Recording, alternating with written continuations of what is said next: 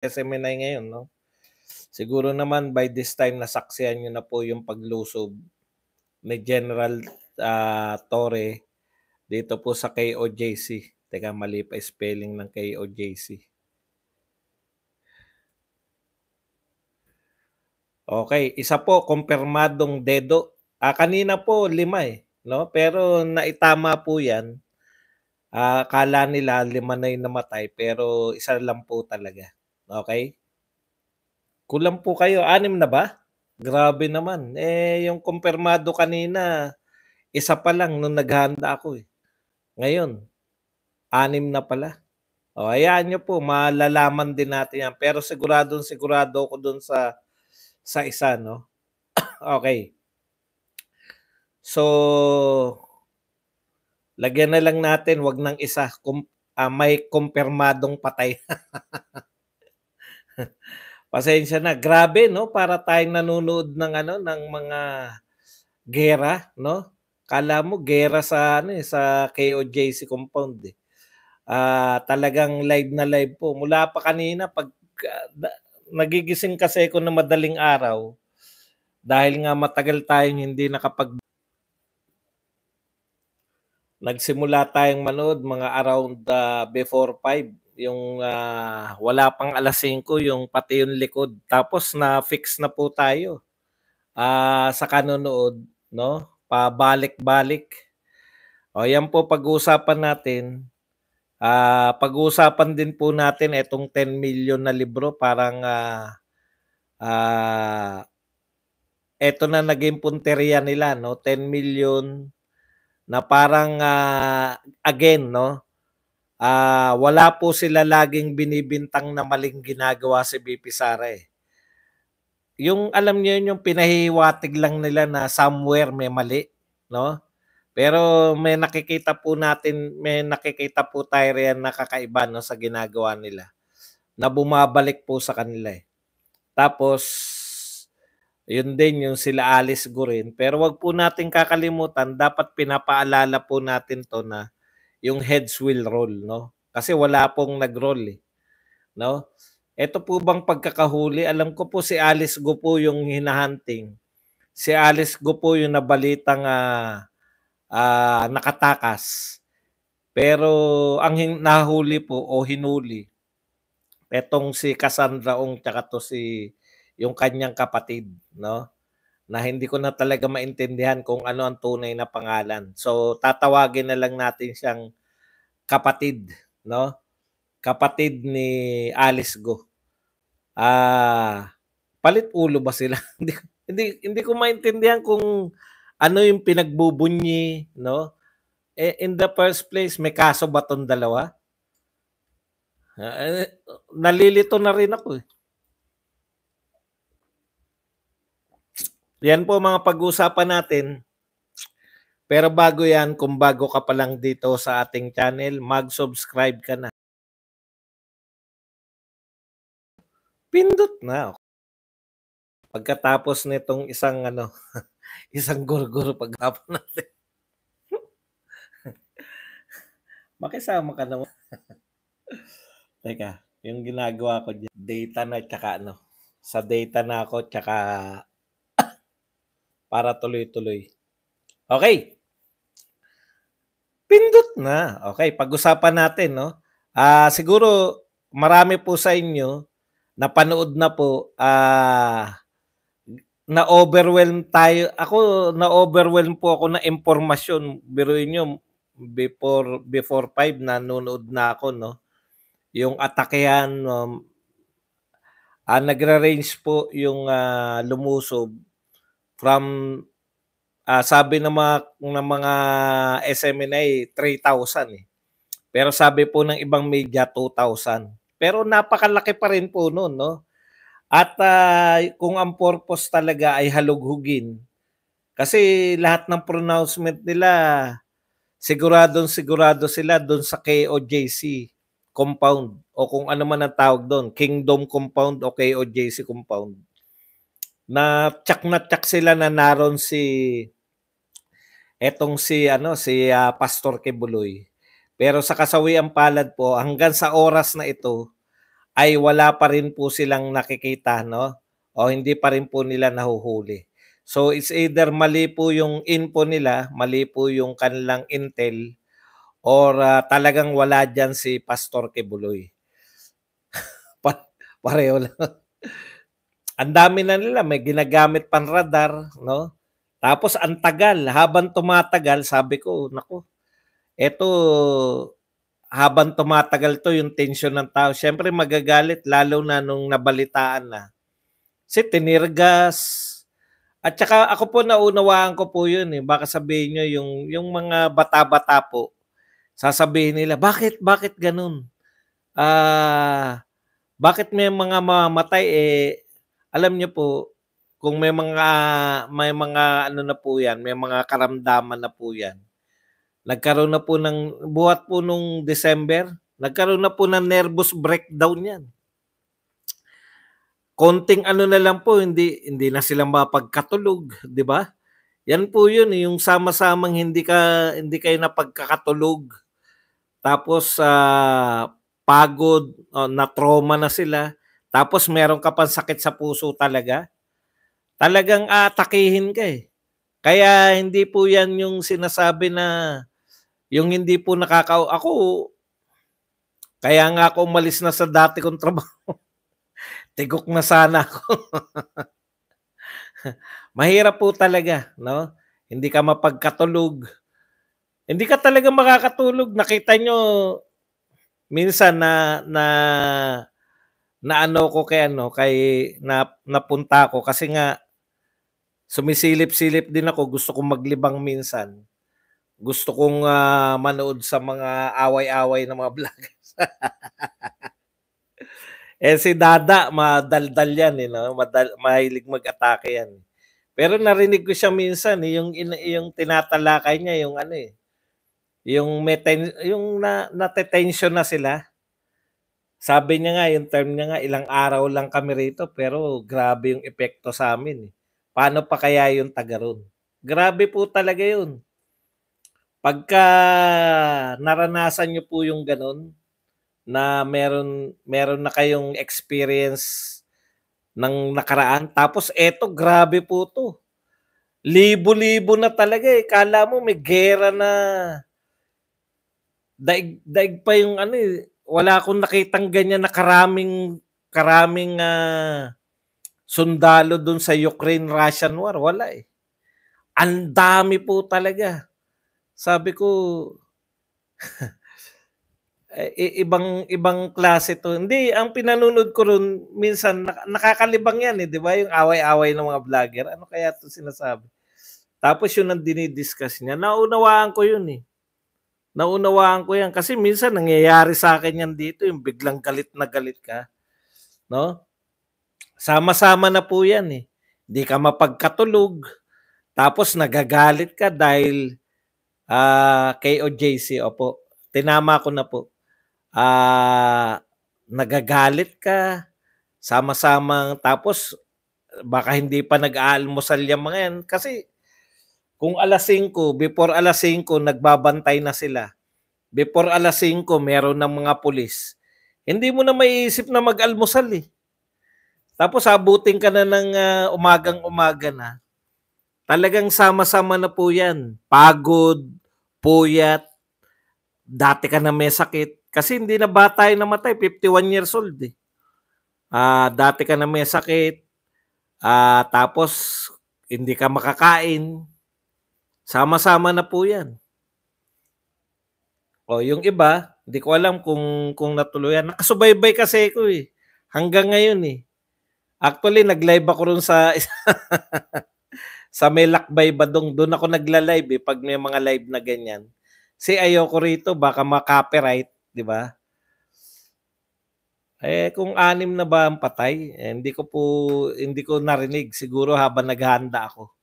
Okey, tapos sari-sari po 'no, yung okupasyon. Pinakinggan ko si Rocky kanina, never niya raw pong yung sa dami, hindi niya alam kung ano yung isasampa nilang reklamo, eh. Gano'n din, oo nga, Kasi yung balita nung una, 5 yung patay. Tapos nung binalita ni Attorney Torion, isa yung kumpirmado tapos yung iba mga hinimatay lang. Okay. Ay, ang problema raw nila nun, hindi nila sinampahan ng kaso kaya naulitan, no? Kaya ngayon mukhang ano na rin si Roque, nasampahan ng kaso kasi hindi paulit-ulit lang eh. Wala silang nakikita na hindi po may patay po talaga. Kumpirmado isa. Meron po talaga. Okay. Yung iba hinimatay. Okay? So, isa po 'yan yung biruin mo yung parang okupado na eh. Tapos pabalik-balik yung kwento nga no sa isang building. Yun talaga yung puwersa na yun, sapat na talaga mahahalughog na yung buo. Mahahalughog na yung ano yung kabuuan ng ano ng KOJC compound. Kung KOJC man compound man yung tawag doon. Sapat-sapat na yun kaya nga nakailang balik na eh. Kasi siguro tinantya nila kung nariyan yan, talagang makukuha. No? Tapos, alam mo nanonood ka lang, ang taas na ng tension kanina. Sabi ko kanina, grabe no, kung ako nariyan no, di na ako siguro nakakakilos din. Kasi pag naroon ka, kaya ang dami ng galit eh. Ang dami na nagagalit kay Torres, sinisigawan na talaga. Tapos, yung wala siya sa isang lugar, yun siya mismo yung, siguro parang walang wala rin sigurong tiwala doon sa mga kapulisan na hinahalughog ba talaga. Dalawa lang yan eh. Kung bakit hindi pa umalis si General Torre ngayon. Kasi wala na eh. Sa dami nun, talagang nakailang balik daw eh. Kada isang building, ilang beses bumabalik. Wala talaga makuha. No? Ang point lang, baka makachamba. Ako personally, etong pananaw ko dun. Kaya hanggang ngayon, di pa umalis. Kasi baka makachamba pa, balik-balikan eh. Baka may machamba pa kasi nakakahiya. Sa totoo po, ang laki ng inaksaya dyan. Failure ng intelligence, failure ng yung operation, yung buong operation na yan, daming mawawala po yan lahat kung mahuhuli nila yung target nila. Kaso dahil hindi nila nahuli, mananatili po yung ano na yun, mananatili po yung lahat ng paglabag na yun, mananatili po sa kanila yun. O, inisa-isa ni Harry Roque, di ba? Yung mga, yung, biruin nyo, Senate hearing na yan na pinoint out na sa kanila na yung una nilang paglusob sa KOJC ay overkill. Eto ano po tawag rito? Ilan ba yung lumusob nung una? Tapos ang Senate hearing na doon, overkill na. Paano pa to ngayon? Paano pa to ngayon na grabe na? Meron pa ba? Kasi sa pinanonood ko tapos na eh.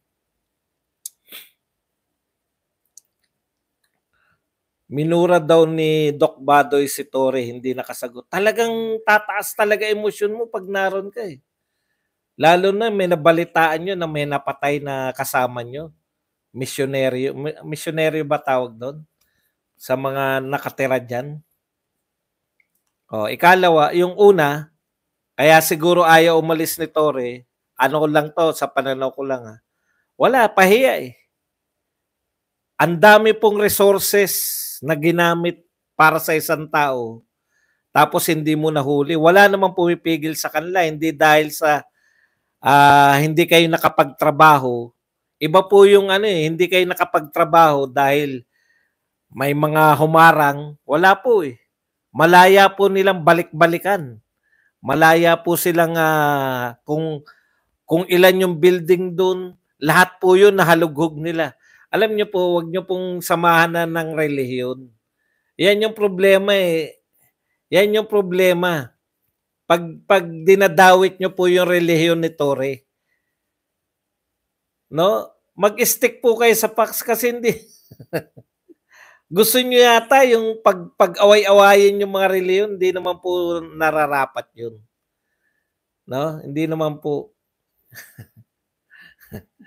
Yung facts lang po tayo. Hindi ko po alam kung bakit nyo po, kung ano po yung purpose ninyo para pag binanggit ko yung reliyon para magalit naman yung mga reliyon. Wala po yan. Wag po kayong sumakay dyan. Kasi kanina ko pa nahalatayan sa mga comments eh. Sa mga comments, no?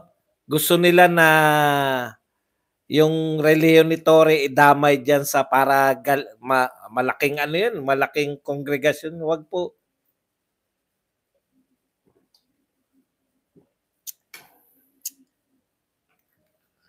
Hindi nga, Jackson Revilla, what's your point? Ako, Katoliko si, wag na tayong sumuporta sa KOJC dahil Katoliko tayo. Ang ibig nyo sabihin, kayo na lang KOJC dyan dahil kami Katoliko, ganun po ba gusto nyo? Ito po ay hindi po usapin ng relihiyon to. Kasi kung usapin lang to na relihiyon, hindi po ako magtsatsagang talakayin to. Hindi naman po aral na relihiyon itong pinag-uusapan natin. Kaya bakit nyo po idadamay yung relihiyon ng kung sinong tao? Alam ko yung purpose nyo eh, para magalit naman yung mga relihiyon. Yung relihiyon na yun, di ba? Wag ganyan. Wag nyo hindi yan yung usapin. Kasi kung magre-relihiyonan po tayo rito, bakit pa natin tinatalakay kung hindi naman ako miyembro ng KOJC? Katoliko kami. Gusto nyo ba pag-usapan natin, usapin lang na rin? Hindi po ito usapin na relihiyon. Di ba? Hindi po ito usapin ng relihiyon. Yun yung pinupunto ko rito. Okay. Tigilan po natin yan. Alam ko yung purpose nyo yan eh. Alam ko yung purpose nyo. Ginagawa nyo para yung pangit na ano yan. Kunwari, pag may binanatan ka ba, reliyon kagad? Matagal na natin binabanatan si Tunying. Hindi naman natin dinadamay yung reliyon niya. Ano ba naman kayo? Ito. Sinabi ba natin, di ko nga alam, reliyon ba ni BBM, Katoliko siya? O pag binabanatan ba natin si BBM, ang Katolikong si BBM ay sutil. Ang Katolikong si BBM, wala naman tayong sinasabing ganun. Nakukuha nyo? Kaya yan, mga pauso lang yan para maligaw, no?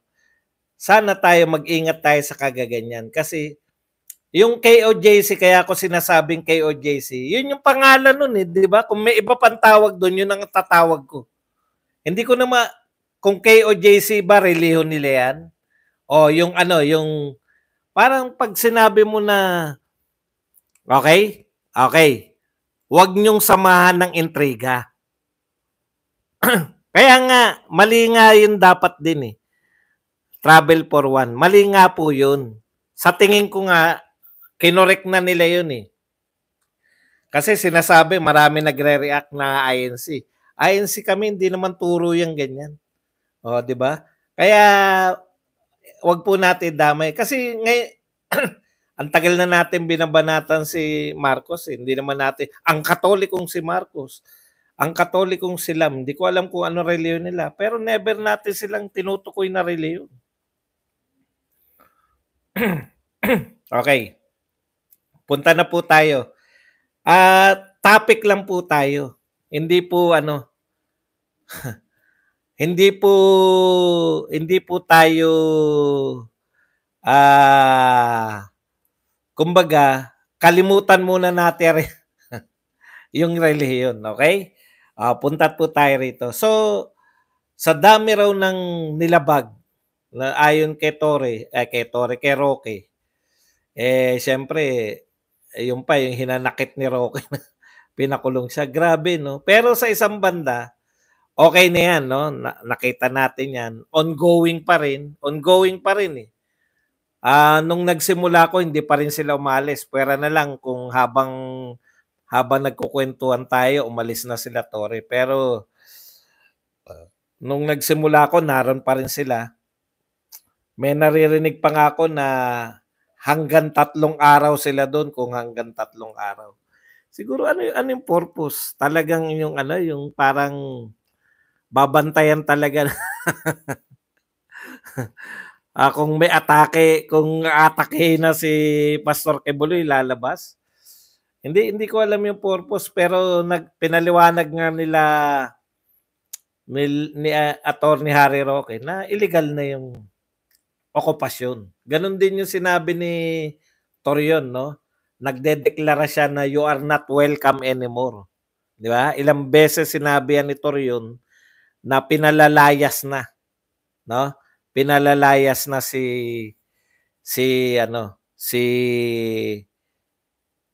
General Torre at yung mga nag-ookupang mga pulis. Tsaka pulis po yan, eh. Alam niyo ang pagkakaiba po, police operation po sa mga sundalo. Ako sa tingin ko, hindi naman ako naging sundalo o naging pulis. Pero sa tingin ko, yung pulis, pag police operation, 'di ba? May huhulihin lang kayo. Yun nga talaga, may huhulihin lang. Pagka hindi niyo nahuli niyo at hindi nahuli, tapos na yun. Hindi po kayo sundalo, hindi po yan katulad na sundalo na ang order ano yan, kunin alimbawa yung merong kuta na rebelde diyan, no? Ano niyo yun, tatalunin, kukunin niyo yung kuta ng rebelde na yun. O, pangmatagalan talaga naka-istasyon doon. Hindi po ganoon yung pulis eh. Ang alam ko sa pulis, may operasyon sila, mahuli man nila o hindi, babalik na sila sa sarili nilang mga kung saan man sila unit. Kasi hindi naman mga sundalo yung mga pulis nang babantayan si Kibuloy. Kaya ang dami po nakikita na paglabag, no? Tapos hindi na sila welcome doon. Yun ay private property. May mga anggulo pa na sinasabi na, hindi ako abogado pinagsasabi ko may mga anggulo pa na si Tatay Digong dapat pinapaalam nila kay Tatay Digong, etc., etc. Okay, so ang dami po, no, ang dami. Kaya lang mukhang desidido po ngayon yung sila Attorney Harry Roque tsaka yung kay OJC na magsasampa na talaga na reklamo kasi hindi titigil eh. Kahit nga naimbestigahan na Senado, parang walang dating. Wala sa kanila yan, no? Titignan natin kung tatagal talaga ng 3 araw. Nananawagan na nga yung mga abogado na gumawa na tayo ng paraan para mapigilan sa mga korte. Okay. Tapos may mga panawagan rin na magmarcha na. Walang ano kasi wala na eh. Lahat na. Tignan nyo yung ginagawa nila ngayon sa Congress. Pero sa isang banda,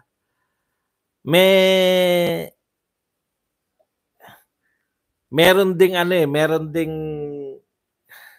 sila rin yung sumisira ng momentum nila eh. No? Ang hirap nung inihahanda sa Kongreso, natatandaan nyo, naglabas sila ng isang witness na narinig sa pangalan ni Guban. Di ba? Parang pasisikatin nila. Bakit 1 araw lang yung kasikatan ni Guban?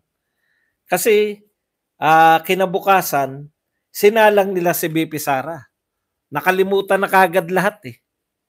Naalala niyo, nakalimutan na lahat yung mga expose ni Guban, no, na ito ay magiging kala mo biglang nakalimutan si Guban kasi mas maganda yung mga banat ni BP Sara. Ngayon eto na naman, meron na naman silang 2 star witness na dinidiin ni Luistro. Si Luistro pala ay mas parang lumalabas ang dating sa akin, yung Congressman Luistro, Ang dating sa'kin parang, ikaw ba nag-iimbestiga para sa ano, sa ICC? Kasi bakit mo dinedeklara na nilalabag dahil dun sa testimonya na 'to, nilalabag 'no? Pero natabunan na naman 'yan. Wala po ngayong balita, pati po ngayon, pati po yung, media, yung yung, anong tawag natin, mainstream media, siguro para hindi lang yung talagang merong GMA, meron kumpleto, may ABC. Ang tantiya ko dun, nag-aabang din sila na nabigyan din sila na mahuhuli ngayon 'no. Hindi naman nung nakaraan yata wala naman yung mainstream media nung nilusob yung KOJC compound, 'di ba? Wala sila, walang binalita. Ngayon naroon sila lahat. Kaya talagang 'tong operasyon na 'to tiyak na tiyak sila na mahuhuli nila si Kibuloy. Sa kasawiang palad, 'yun po ang naging resulta 'no. Talagang kung ano, kung susuriin natin sa laki ng binudget, sa laki ng inubos na oras, sa laki ng, manpower, palpak yang operasyon na 'yan kung hindi mahuhuli. Kumbaga walang magiging tapos may mga civilian pa na napatay, may mga hinimatay, human rights, hindi natin alam kung papaano nila iimbestigahan 'yan. Wala pong, magja-justify 'no, ng ganyang kalaking operasyon na hindi mahuhuli yung gusto nilang hulihin. So kung hindi nila mahuli si Pastor Kibuloy, isa lang po yung ano niyan, isa lang po yung konklusyon niyan, palpak. Palpak yang ano riyan, yang kanilang napakalaking operasyon. Okay. So punta po tayo rito 'no. Pera na lang kung mamaya mukhang marami pa kayong gustong impormasyon at saka may mga info pa kayo, talakayin pa rin natin mamaya. Pero kay Jay Sonsa kasi parang, dinagdagan pa ni Jay Sonsa na, mukhang huhulihin daw sila, eh. Si Jay Sonsa tsaka yung mga banateros. Parang, hindi naman yun yung target din. Siyempre unahin muna si Kibuloy kasi kung manghuhuli sila ng iba, putya talagang bigong-bigo na yun ta's dinagdagan pa nila. Bakit daw di gumagalaw si Mayor Baste? Alam po ninyo, tantiaan yan, nagmo-monitor ka lang. Hindi po puwedeng ano, hindi yung otoridad ng mayor tsaka ng regional director magka-clash na talaga kayo niyan. Talagang 'pag yung gusto niyo makikialam hindi po, talagang ano na 'yan, talagang magkakasakitan na 'no 'pag makikialam si ano. Hayaan niyo po yung diskarte 'no, diskarte po ni Mayor Baste bilang mayor kasi hindi po basta-basta 'yan, eh. Marami pong hindi niyo po ba napuna na sinabi po 'to ni Attorney Torion, ayaw kong humarang-harang kasi baka damputin ako, obstruction of justice, 'no? May mga legal po 'yan na hindi po ano 'yan, hindi po 'yan sheriff. Yung kaharap po nila hindi po sheriff na puwedeng sapakin ni VP Sara, 'no? Kaya kung sa tingin niyo dahil porket sa Davao nagaganap, bibigyan niyo lang po ng justification, 'di ba? Bibigyan niyo lang sila ng justification sa gustong-gusto nilang gawin sa mga Duterte. Hindi po ano 'yan, hindi po simpleng, "Ako mayor dito." Hindi po gano'n 'yan, 'no?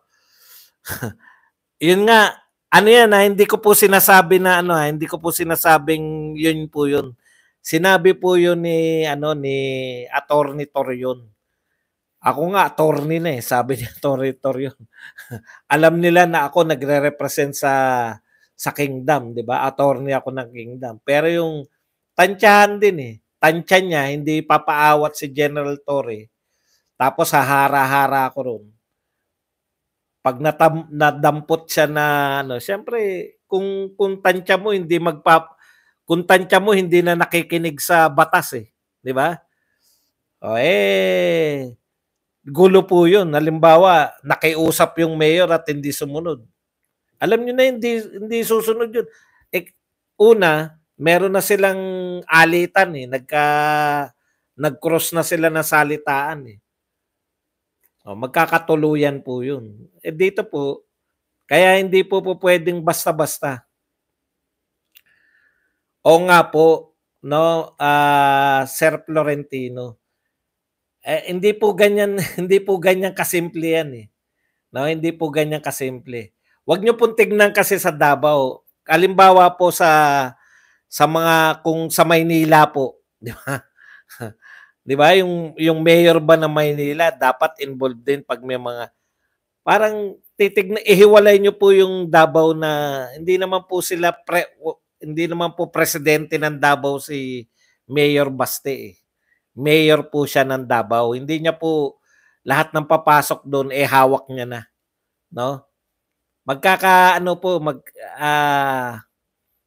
taliwas din po 'yan sa magiging gusto ng KOJC, 'di ba? Ang sabi nga ng mga taga KOJC dahil hindi sila nakahuli, ano yung sinasabi nila, Admar, paulit-ulit?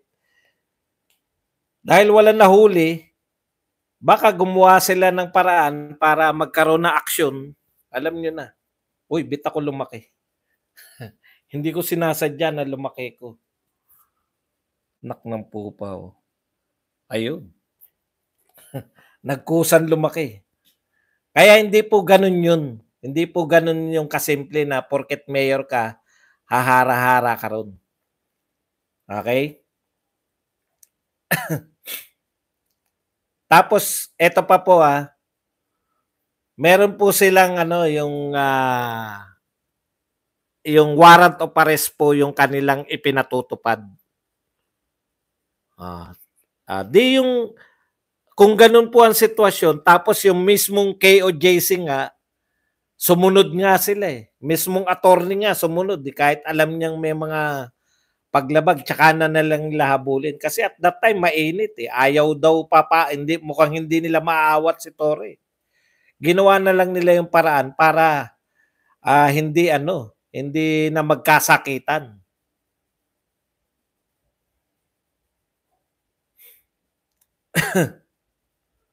Okey, naging giant ka na, boss?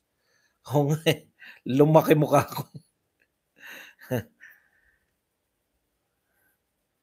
Yun na nga po. Kaya nga po may mga abogado, eh, kanya-kanya pong ano yan, eh, kanya-kanya pong papel yan, eh.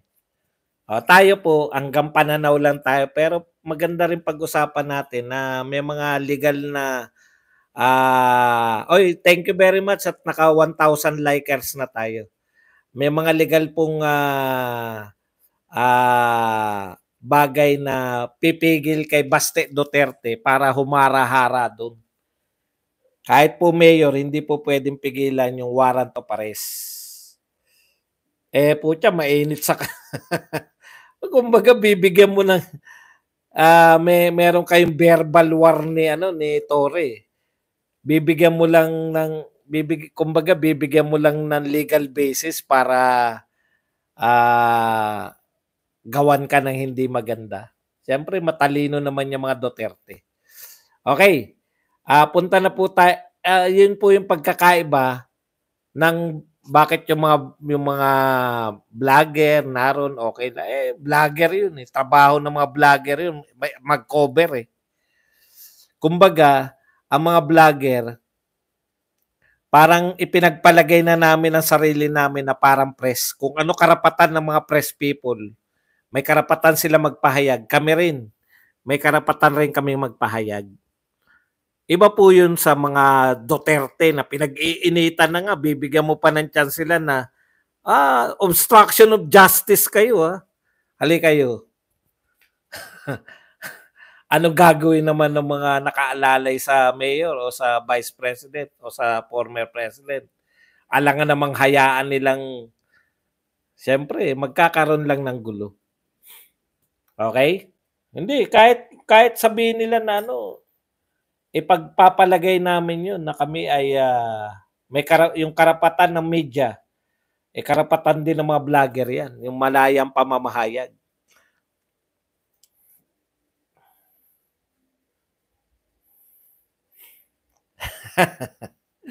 Nakita ko yung picture na yun na may American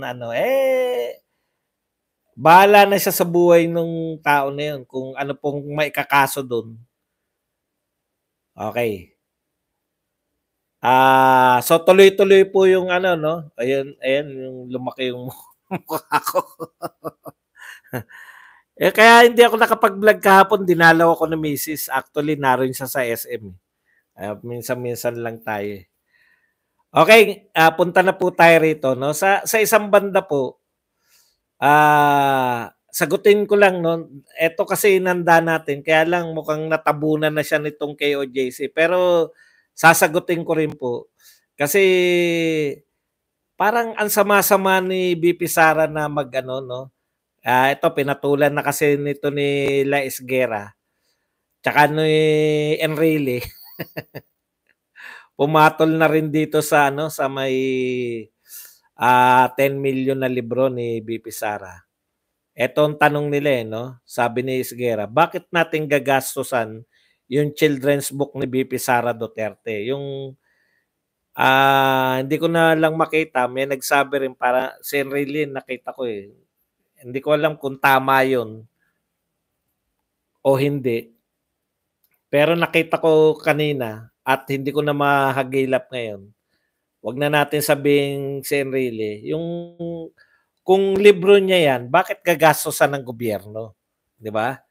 Parang pag biglang narinig mo, o nga no, mapapaongo ka eh. Tapos eto naman kay Christian Esguera, bakit natin gagastosan yung children's book ni BP Sara Duterte?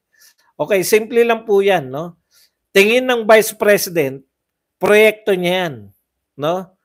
Kakaiba lang proyekto kasi wala nagpo-proyekto niyan eh. 'Di ba? Pero yung kunwari mamimigay ng ayuda, mamimigay ng bigas, walang kumu-question sa atin. Kunwari may sakuna, namigay si BP Sara ng ayuda. Walang kumu-question, bakit siya namimigay ng ayuda? Wala pong ganoon eh. Bakit? Kasi dati nang ginagawa yan ng mga nasa otoridad. Ngayon dahil bago, gumawa siya ng libro tapos papamigay niya. Bakit natin gagastusan? Di question na rin natin lahat yung pinamimigay ng lahat ng politiko. Di ba? Okay lang ba na mamigay ng bigas kahit may pangalan? Pareho lang naman yun eh. Kaya may pangalan si BP Sara kasi siya author. Yung bigas, hindi nga siya author ng bigas eh. Binili niya lang yan ng pera ng taong bayan eh. Di ba? Yung mga namimigay ng bigas na merong malaking MR, hindi natin ko-questionin. Hindi porket ngayon lang may nagproyekto nun. Ang tanong, masama ba yung proyekto na yun? Ikalawa, dahil ba dyan sa proyekto na yan, may nakita kayong overpricing? Kumita ba si BP Sara dyan? Tignan ninyo sa publishing company, hindi po yung kinu-question nyo yung bakit namimigay ng libro. Masama ba yung laman ng libro? Hindi porket walang namimigay niyan. Di ba? Ngayon lang nga tayo nagkaroon ng build eh. Kinu-question nyo ba si Tatay Digong, bakit ang lalaki ng mga proyekto mo? Ay, may nag-question pala. Yung mga dilawan noon, sabi nila, bakit tayo ng mga tulay, ng mga kalsada? Hindi na lang paglamon, pamigay mo na lang para lalamunin namin. Ganon yung mga question nila eh. Kaya bakit nyo ang question ko sa inyo, bakit nyo gustong gawing political yung ganong, ang ganda ng proyekto eh. Di ba? Yung mga bata, maano sila, yung kung papaano tayong yung comics ay naging maganda nga rin yan, pinag-uusapan. Di lahat ngayon curious. Kung curious ngayon, magtatanong, ay magbabasa yung mga bata. Yung bumalik yung mga bata sa pagbabasa, yun yung importante. Wala tayong proyektong ganun, yung magbalik sa pagbabasa. Kung ako nga may pera comics ang papatira ko. Yung buhay pa ba sila Carlo Caparas? Carlo J. Caparas? Pagawin natin ang mga comics uli yan. Para yung mga bata magbasa. Hindi yung comics na yung talagang yung mga Suma, ang pagbabalik ni Suma, mga ganun. Kahit na mga fantasy uli. Okay. May protocol daw na dapat sundin. Saan ba yan? Sa pamimigay ba ng libro o doon? Hindi ko alam kung sa pamimigay ng libro yan. Patay na si Carlo Caparas.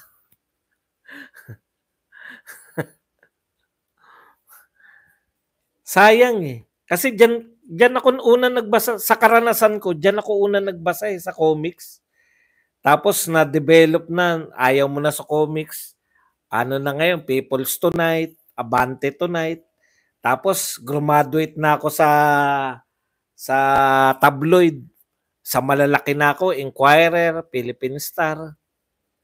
Ganun yun yung tumataas ka. Tapos nagbabasa ka na ngayon ng mga political books, etc. Masama po bang proyekto yun? O kung hindi masama, bakit nyo pipigilan? Di mag-isip din kayo. Sasabihin ng iba, kung gawin lahat ng politiko yan, di masaya. Ang daming mga comics, ang daming pwedeng basahin yung mga estudyante.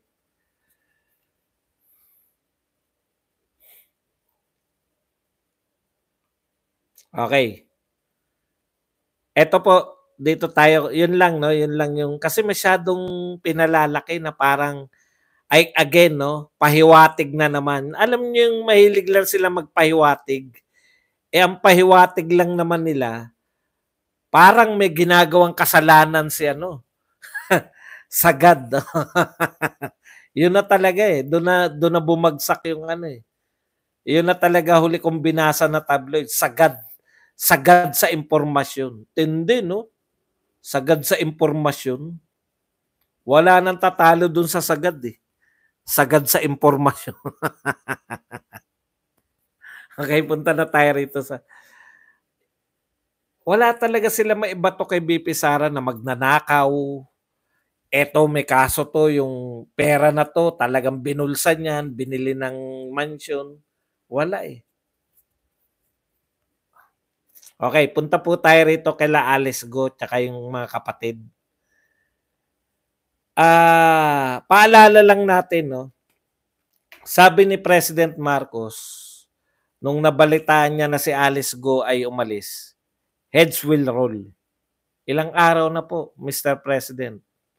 Sino na po yung natanggal natin dahil sa nakatakas si Alice Go? Ikalawa, pinagkaguluhan po yung kapatid at saka si Cassandra Ong, no? Ang nabalitaan ko nga ano kaso nung kapatid? Ang kaso raw nung kapatid ay nameke siyang Pilipino kaya ipapa-deport. Ibig nyo sabihin, kinuha natin, hindi siya Pilipino pala. Kinuha natin sa Indonesia para huliin dito. Nung na-expose na wala naman pala siyang kaso, hindi po pwede yun, di ba? Pag wala kang kaso, bakit ka kukunin? Dahil yung kapatid mo, wanted? Talaga? Ano yan? Palit ulo? Bakit pag kapatid mo wanted, yun ang kaso mo? Kapatid ko wanted? Kung ang kaso niya raw ganun lang, yung si Go, i-deport. Kinuha natin para i-deport. Hindi ko talaga makuha yung kasi para maipakita na may nahuhuli lang, gano'n ba? Yung parang para lang tayong tapos si Cassandra Ong, o ayan na may attorney na. Bakit kung contempt lang pala yung kay Cassandra Ong, kala ko kung ano contempt pala. Kinontempt siya. So kung kinontempt siya, huhulihin para ibigay sa Congress. Bakit hindi ibinigay sa Congress? Bakit nasa wala akong pakialam diyan sa mga yan, ha? Wala, gusto ko mahuli yung mga dapat hulihin eh. Hindi ko po sila kilala lahat. Nagtataka lang ako eh. Ang importante sa akin, dahil may kapalpakan, nakawala si Alice Go, na kung si Risa Ontiveros lang ang pakikinggan, akala mo siya ng pinakademonyo sa lahat, eh, si Alice Go. No? Siya na pinakamasamang tao sa Pilipinas eh. Pero ang kaso lang pala, tax evasion. Hindi nagbayad ng buwis. Ang point ko lang dito mga kapatid, ano na nga yung point ko? Sana yung heads will roll. Hindi po yan matatabunan. Ay, hindi na, wala nang heads will roll kasi nahuli na yung kapatid. Hindi naman po si Alice, kahit nga mahuli si Alice Go. Hindi naman po, okay na to. Hindi ko nasakyan yung kay Fearless Man. 203 billion tax evasion. Kay BBM. Hindi, ang point ko lang po, no? Sabihin nila, bakit naliliitan ka ba sa tax evasion ba dong? Hindi naman ako sa naliliitan sa tax evasion. Ang point ko lang, hindi naman yan yung mga sinalang nyo kay Goy. Yung mga criminal activities ng Pogo, doon nyo siya inuugnay. Na may mga nahuhuling mga tinotorture, may mga ang daming ilegalidad. Di ba? Tapos,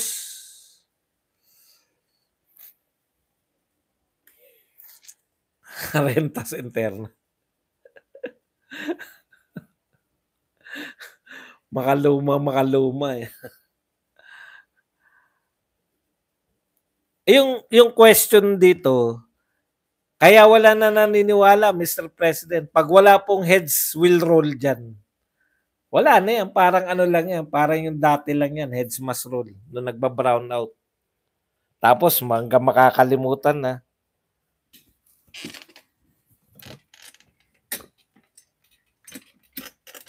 Magiging Mr. President, press con president ka na lang, pag ganyan ng ganyan. Press con president lang na heads will roll. Pero nakapagsalita na ako na heads will roll. Sino po yung ano? Ay, Dehin Bokeke lang tayo, makakalimutan din.